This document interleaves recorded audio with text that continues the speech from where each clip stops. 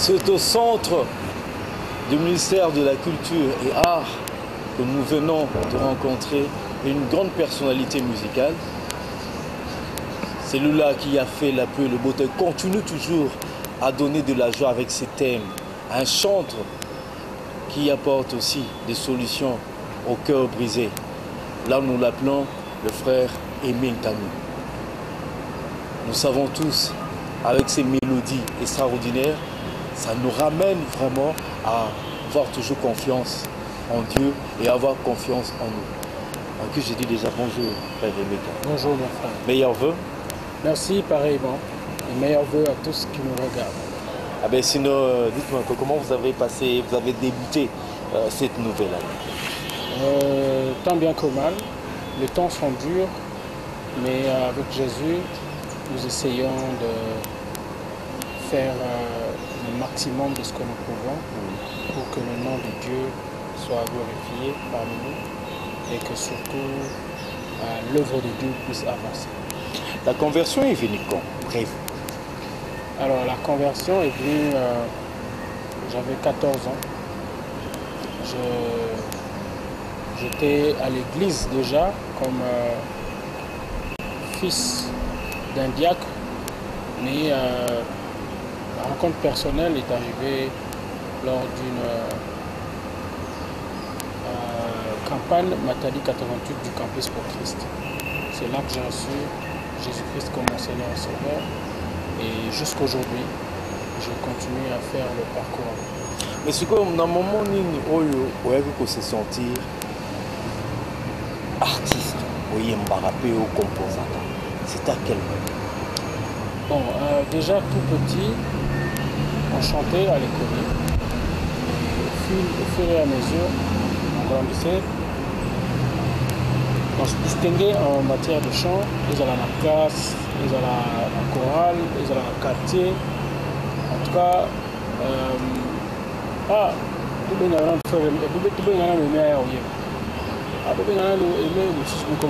classe.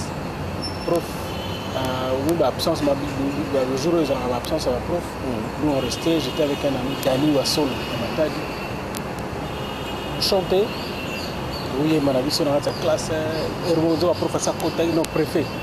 Professeur Kontagui, nous sommes toujours là. Voilà pour ma musique profane ou bien musique à Enzo? Non, à l'époque, jeune, on chantait musique profane, mais on mélangeait quoi, on allait à l'église. On mélangeait, le professeur Kontagui, nous sommes toujours là. Il y a silence dans la classe, car on va voir, c'est tellement beau que préfet dans ma télévision habité beau continue. Ah, tu es juste alors c'était des périodes où on se rendait compte que on avait quelque chose de différent avec les autres, c'était le chant. Malheureusement, mon ami et frère est resté à Matadi, il fait ce qu'il fait. Moi j'ai eu la chance de Yaouyan à Kinshasa. C'est là que j'ai rencontré le groupe Sangamalamo. C'est avec eux que finalement j'ai commencé à faire mon parcours jusqu'aujourd'hui. Mais étant dans la classe au loco, rappelez-vous ça quand Zembo Bandaouye. Bon, après, ils avaient une école kimbanguiste. À l'époque, on a eu un Zembo Mente. Talatina ngaina linga kankolo Yesue. Talatina ngaina na kankolo Yesu. Oh. Yesu akufeli ngai, alongoli ngai na pasi. Yesu apesi nga bomo ekosilaka te. Yesu atonda molingo ntina nini ngai na banga. Yesu atonda bokasi ntina nini apesanga te Yesu. Talatina ngai nalandaka nkolo Yesu. Talatina ngai nalingaka nkolo Yesu. Oh oh. Donc, est-ce que tu as envoyé Boyogi? Non, mais même effets ma période.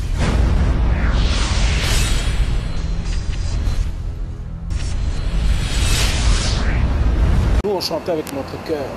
on chantait avec le cœur, nous donnons gloire à Dieu, mais aussi on voulait faire plaisir à nous-mêmes et aussi dans bateau voilà. C'est que le business parce que le comme showbiz. Non, par contre, je crois qu'il faut qu'on un album bien. Parce que le lot, ce n'est plus comme avant où il y avait un album par an. Mais il y a 10 albums, 20 albums par an.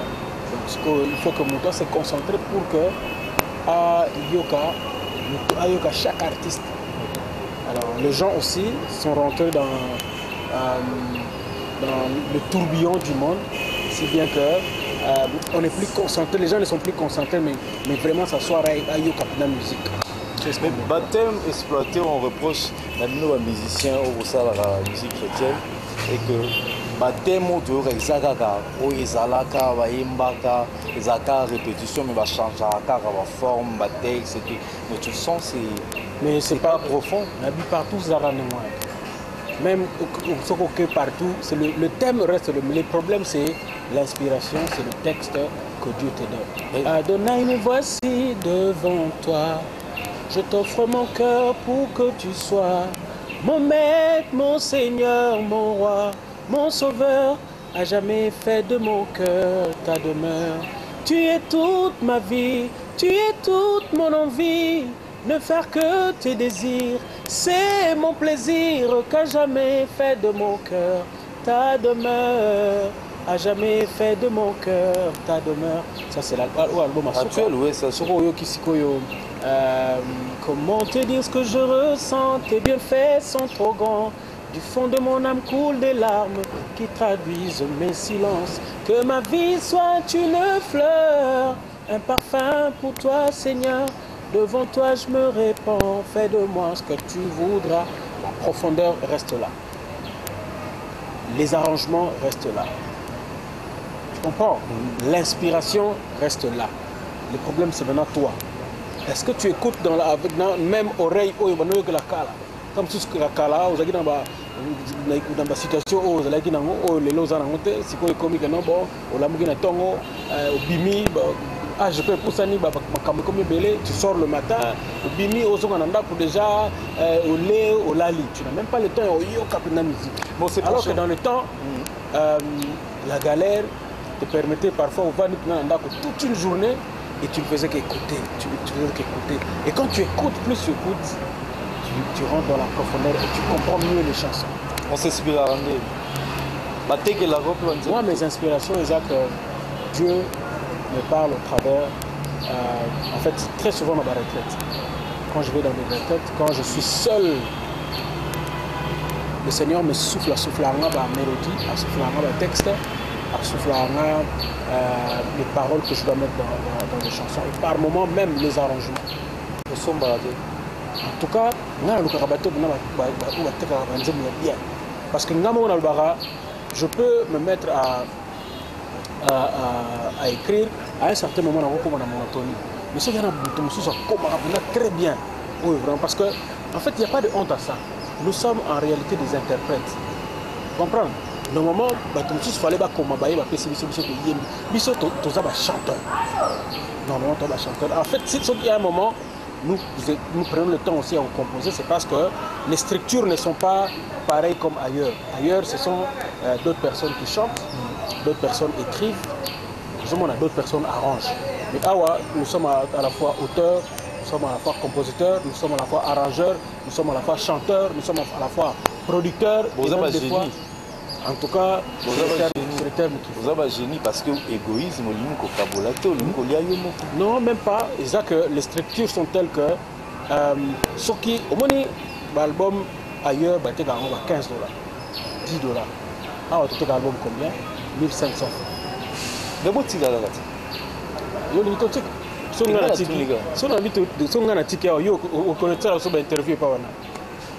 C'est ça le problème, c'est-à-dire que ce qui est au c'est-à-dire que mon frère Jancy Amur, donc il faut tout ça là pour que yo ozana musala ngana zana musala Jean-Sia zana musala o ala studio ana zana musala ça dit ministère ezala tout ce qui sont venus sur ticket parce que ministère peut écouffer ça comprendre donc ça va être une chaîne mobile ozala mais les structures dans notre monde na biso c'est ça la telle que nous sommes en train de souffrir yango na moni to na réunion awa ai yo kalongo et ça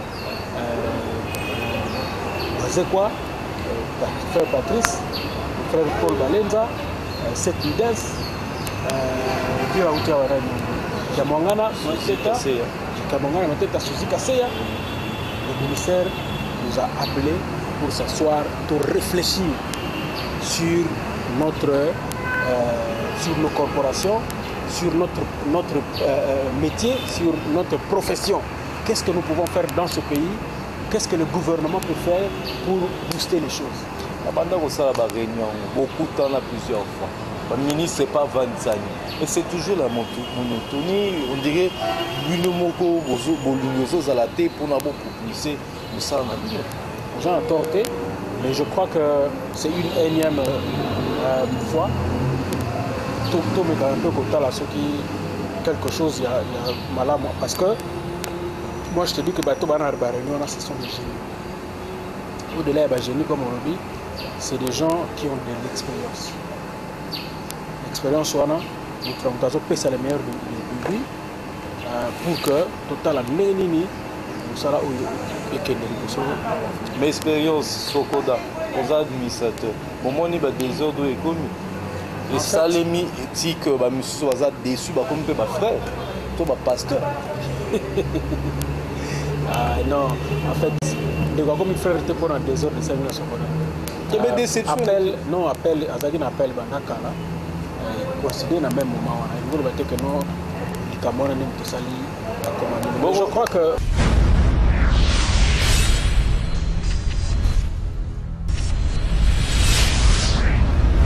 Ce qui se passe les dans Sokoda, je crois qu'il n'y a pas d'autre mot. Il y a manque à Bolingo, manque à unité, et puis manque à vision. D'un certain nombre de bateaux, et puis le diable.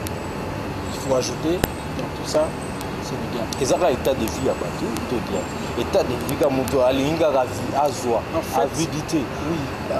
En fait, c'est que nous sommes une société qui doit penser à tous les artistes. Mais il y a des gens, par moment, qui pensent à eux.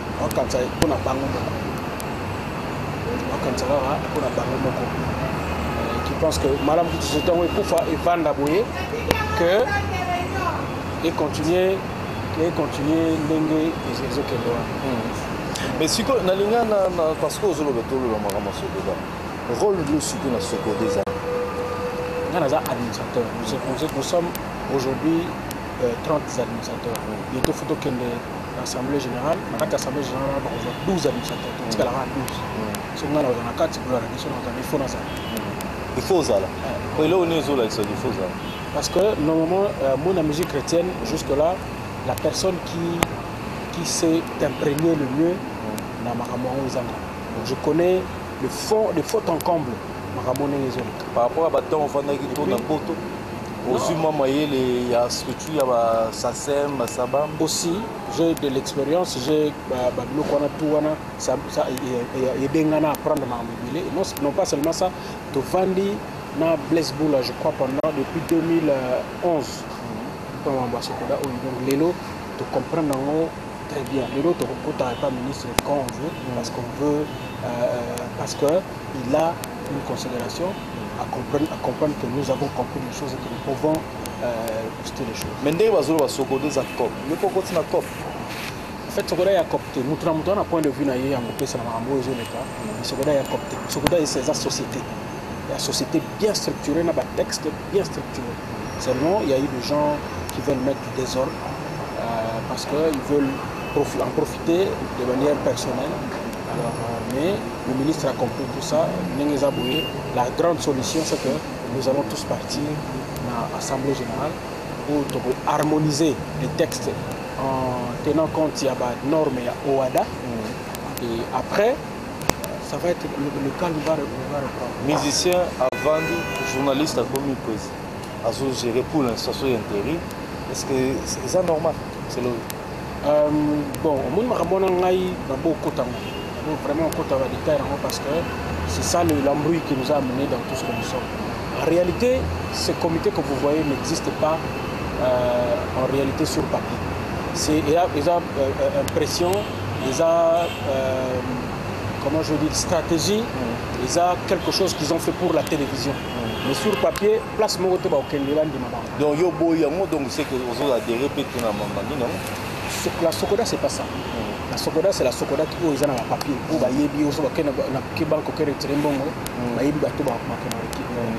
Mais moi, je ne veux pas être parti pris d'une part ou d'une autre. Je voudrais que tout le monde, l'Assemblée générale, l'administrateur Asika, et puis la société va continuer. Mais en tant que chanteur, aux ans d'expérience, aux ans messagers,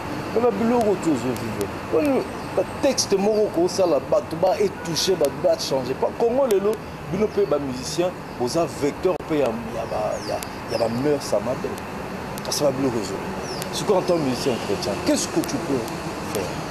Merci beaucoup, je crois que tu as raison. Aujourd'hui l'artiste musicien congolais n'a pas compris son rôle.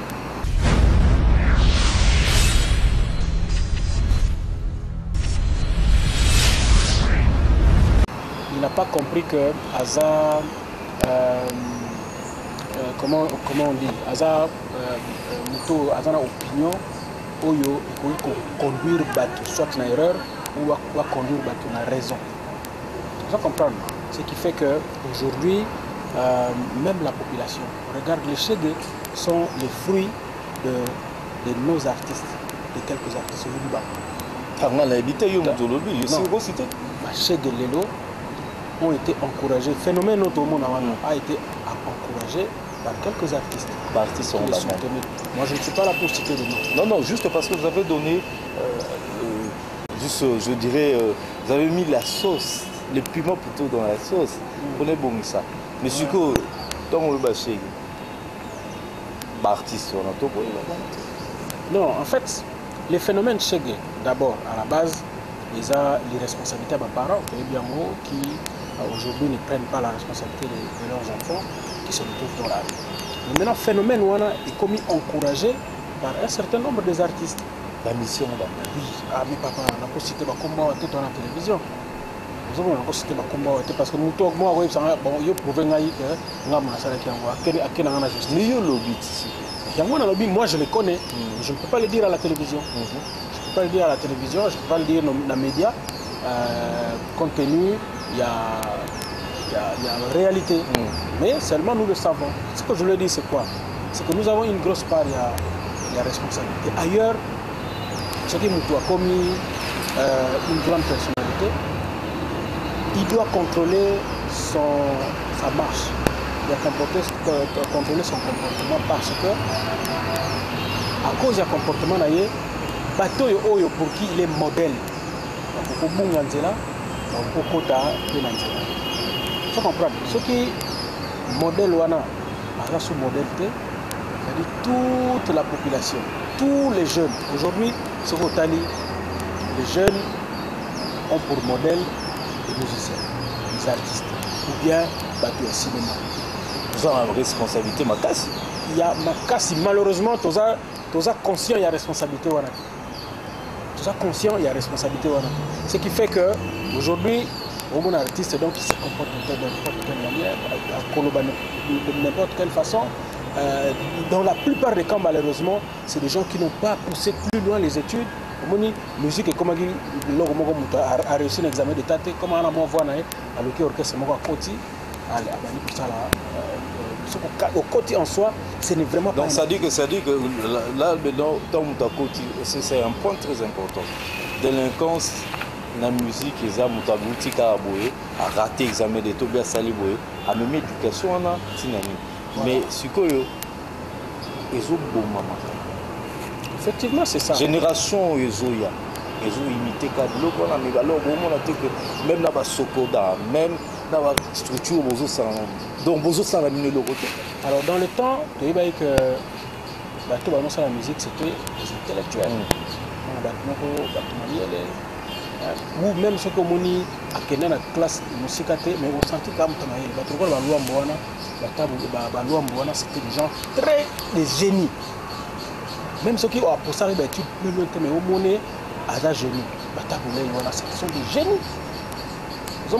Alors il y a eu une génération cette génération est passée, une autre génération qui est arrivée, c'est qu'on ramassait des gens de partout pour devenir musiciens. Et nous sommes là où nous sommes. Remettre sur les hommes. Remettre déjà ce que nous sommes en train de faire. S'asseoir, réfléchir maintenant, comment on fait ça pour que tout le monde ait locaux.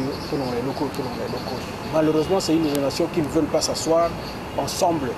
Jamais au monde que non, va vendre ensemble pour que au monde soit sali à côté parce que il n'y a pas entente entre nous. Et c'est possible. Nous croyons que il suffit que les autorités, entre autres le ministère, nous aident ici. C'est-à-dire, dans la centrale, il y a un intérêt dans dans la centrale, il y a un intérêt dans il y a que non, tout ça là, ce que nous sommes là, il suffit que non, viens, je te donne une enveloppe, il y a une toujours on a aucune enveloppe, autant les années. Et c'est là qu'on va commencer à petit à petit. Donc, sera déjà bon. Entre autres. Maël et ma bébé. Non, mais entre autres. Il faut que volontaires les alades. Non, ça dit que. Ça dit que nous sommes au lien. Ceux qui présentent, ceux qui ont un intérêt immédiat. Les artistes congolais, ceux qui ont un intérêt immédiat. Alors il faut que tu aies intérêt à maison. Intérêt immédiat. Quand on a sérieux. Quand on a dit, effectivement, tu as raison. Est-ce que tu as il y a eu un moment où tout évoluait par de concurrence. Non, il faut que donc pour qu'elle réussisse, il faut finir. Mais il y a eu des artistes qui sont arrivés. Ça lit polémique, ils réussissent chacun dans son côté. Vous comprenez? Les artistes qui sont arrivés, sans polémique, qui réussissent. C'est là que nous voulons arriver. C'est-à-dire sans polémique, parce que toutes ces polémiques-là nous ont amenés dans des colibés, dans des indifférences, si bien que méfiance. Papa Wemba, Kofi, jamais au monde va vendre la place. Wera, Najibé, jamais au monde va place au Azali ou Laure Mbongo, ce qui n'a Marine Sam,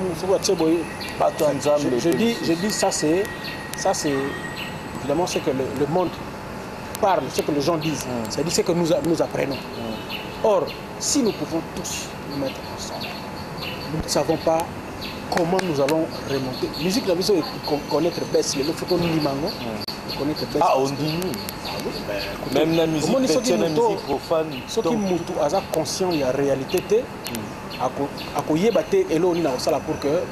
faire répartir les choses. Et à la musique chrétienne, et à la musique profane, aujourd'hui, nous connaissons une baisse. La musique n'est plus ce qu'elle était il y a 5 ans, il y a 10 ans, il y a 20 ans. C'est une réalité.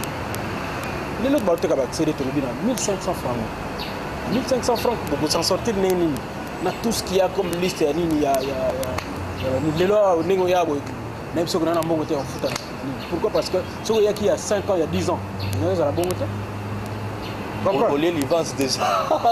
Les vance, c'était dans le vérité. AMCC. C'est pas te dire AMCC. AMCC, Association de musiciens chrétiens. Vice-président. Apport au milieu pour ceux qui ont la grande apport. Il y a Aimé, frère Aimé Kabou.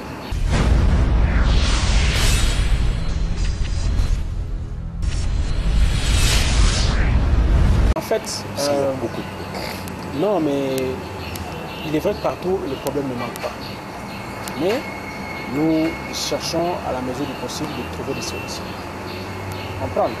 C'est-à-dire que Place Michel Toza, nous avons un programme.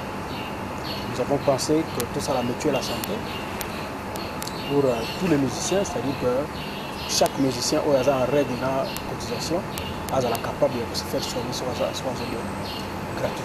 Bon, souvent, par exemple, à un moment, on a payé un parce que voilà, il y a une mutuelle la santé, on a l'arrêté, ok, va faire soigner gratuitement. Il y a un déplacement pour ça. Dans l'école déjà, non, santé. La santé, non. L'éducation, c'est parce que c'est sa base. Il y a une santé dans la santé. Chaque musicien a un règle dans la cotisation à se faire soigner sans payer. Se faire soigner sans payer. Donc c'est déjà avancé mon compte.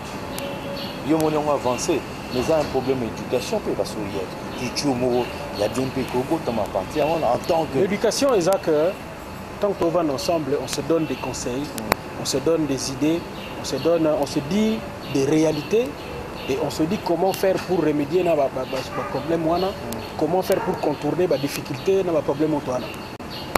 C'est ça. Des fois, maison tombe, vous savez gérer. On essaie de gérer les problèmes. Tout ce qui est problème, on essaie de gérer parmi nous. Mais, chrétien, oiseau Mélanzam, Aza, la lecture de la société, en tant que musicien chrétien, vice-président, il y a Anne Césaire, Azotan. Et le revenu de Boïb, ça n'a pas téléspectateurs dans le monde entier. La question par rapport, il y a, dans le but bien, en tant que musicien chrétien, vous avez un rôle marqué pour transformer le cœur, l'état de vie, il y a battu. Parce que le lot, tout le monde comprend que l'état de vie a battu, que c'est déterré, l'homosexualité commis, le lesbianisme commis, et commis vraiment beau. Et qu'est-ce que tu peux dire à toutes ces personnes qui te regardent? La première chose, c'est que nous sommes en train de vivre le temps de la fin. Pour le bateau, bazar averti, on va attendre la Bible. Il y a que la réalité où toujours vivra, ils vont se surprendre. Il y a que ce sont des réalités écrites dans la Bible. Et dans le dernier temps, il y aura ça. Donc on a dit que c'est surprise. Mais tout ce que nous devons dire, c'est que prenez garde. Ne pas tout. Il faut prendre garde à correct. Prendre garde de telle sorte que à se retrouver dans le monde si je savais. Nous devons prendre garde de tel parce que Jésus-Christ revient. Et il s'est dit, Jésus-Christ revient bientôt. Donc il faudra que chacun prenne les dispositions pour que nous puissions, à son retour, tout à l'année et nous. Bon, producteur, on a pu Papizola. Papizola, ça bien. Nous sommes en train vraiment de nous battre. Nicolo, il y a des choses toujours en été, entre autres sur la promotion, entre autres sur la durée, parce qu'il fallait déjà tout ça la clip tout sur le marché. Alors, délai autre que ça n'a pas été le cas. Je me dis comment maintenant nous allons faire pour remédier dans la ligne. Mais sinon, il se porte bien et nous sommes en bon terme. Mais les petits couacs, ça c'est vraiment des cuisines. Mais album par rapport à lesquels nous aussi ma plus belle fleur. Oh le lot est partout. Pour ceux qui ont des émissions qui peuvent amener un mariage, entrer mon mari, ma plus belle fleur. Non, anima un mariage. Pour moi, ma plus belle fleur. Ça te fait. Ma plus belle fleur, c'est un album, il y a les deux sons. Il y a un album, mais ça, la continue du temps. Non, mais je bénis le Seigneur parce que j'ai une inspiration. Mais un jour, on a composé une zémoine sous la colère. C'est-à-dire que dans un mariage, on a écouté un pasteur, dans l'église. Mais bah côté na nzembo ya mokili nzembo ya une chanson profane c'est quoi cette histoire mais na yuga ya nzembo ya mbili ya bel nzembo mbili ya bel mutaima yamanga voilà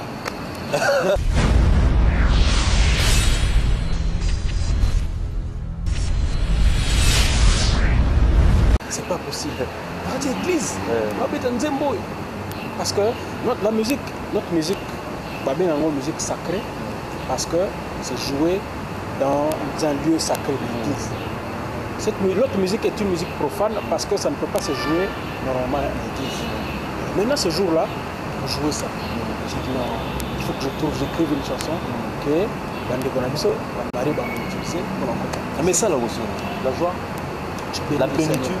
J'ai béni le Seigneur. Un projet. Un projet, c'est que nous voulons mettre en place une structure qui va vraiment aider, non pas seulement Bissot, mais les jeunes. Nous avons dans notre groupe beaucoup de talents et nous voulons vraiment les aider à partir de la structure. Voilà l'idée d'ailleurs. L'idée, oui, l'idée par rapport au groupe, non, bah, il comme un groupe. La Mina Gospel. La Mina Gospel. Voilà, on répète dans ma campagne avec le son sur le numéro 2210. Voilà. Alors, la ligne pas de chuter. L'album n'est pas l'album. Sincèrement, album et ça là que Emekano, le frère Emekano, Azala, bon, chaque album a un objectif. Chaque album a un objectif où il peut atteindre le message à chaque album. Même ce qui, je vous dis que je devrais peut-être ne pas le dire parce que tu es concepteur. Erreur Jacob Asalaki, c'est de dire à ses enfants que la Xanaba n'est qu'un Joseph Mille. Mais ça n'a quand même. Mais on a le discours. Au moment où Jacob a la qui y a l'ingari Joseph Mille, conséquence est venue. Parce que Banégonaye, côté li, et même tout ce que moi je préfère ne pas montrer l'enfant que j'aime le plus. Bolinga bango ndenge bango nyeso bazali bango bazana ata moko na yo moko tango vali yebi nga omoninga na yebi yango mais eza pona nga mutema na ko yebi atena no bango na télévision obona yo obona na no bango na télévision parce que wana eza ya ngai yo pe ona nzemu na oyo lingaka eza pona yo ça va bon eza wana tuno quelle est ton émission oyo mona pena donc l'émission oyo vraiment oyo ya danger ça oui alors quand on est réalisateur à Salinga Sin que tu vraiment la souka alors moi Liloba juste un mot là-bas au Hollandais c'est un super balini peut pas contacter faire aimer Kano on a la suggestion ma proposition ma critique juste non mais je remercie Batono sur la Biso et puis qu'on remercier CD Production. En tout cas, c'est le professionnalisme. Je rappelé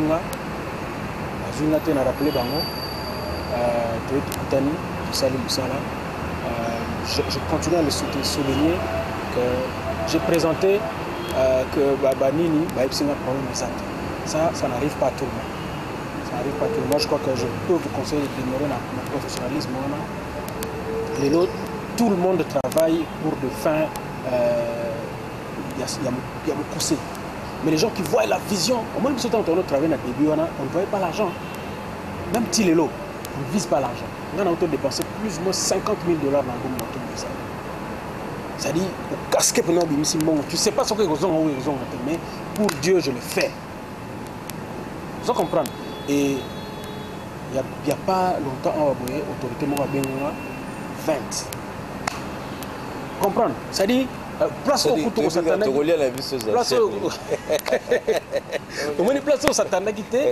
Place au Satan. Moutou a bien en tout cas œuvre n'a pas touché. Voilà la contribution là. Moi les enveloppe moi yani na kena fungula ta 20 000 $. Moi j'ai dépensé sans savoir comment ils ont Nzambe yemoko donc moi je pense que faisons l'œuvre de Dieu, faisons l'œuvre sans s'attendre en retour quelque chose. Dieu lui-même sait comment il va s'occuper de nous. Parce que ma suggestion, ma proposition,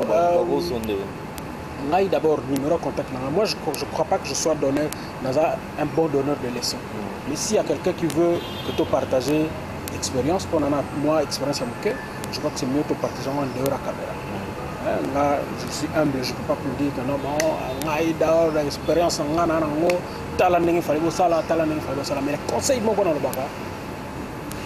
si tu veux être artiste, si tu veux faire ce travail, il faut être sûr que tu as été Dieu t'a doté un don. C'est-à-dire soit tu es yemba, soit tu es bête instrument, soit tu es composer ou tu arranger. Il faut la sur là-dedans. Et de deux, il faut la sur que nous avons même bengi. Donc, il faut la sur que nous avons bengi tikana yo, que nous avons il faut la convaincre qu'à un certain moment, nous avons bengayo pour nous sala.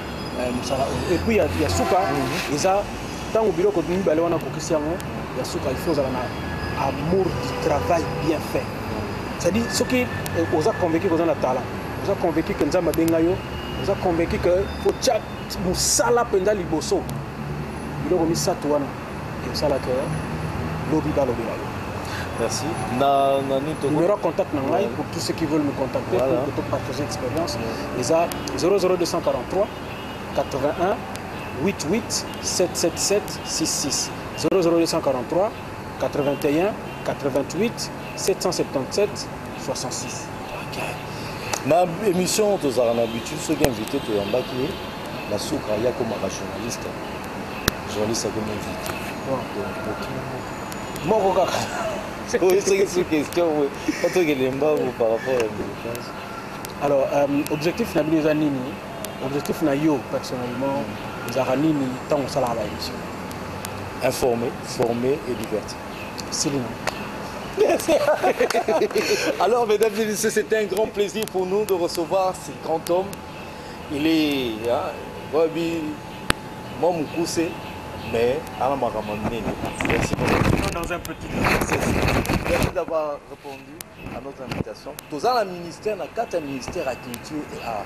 Bah, qui va être une réunion, mais comme donc, je sais pas comment je te remercie. Pour la railler, secrétaire, secrétaire, rapporteur. Oisé quoi, Félix Oisé quoi, Yaza, secrétaire. Oui, adjoint. Il est adjoint. Donc, voilà, il y a retard.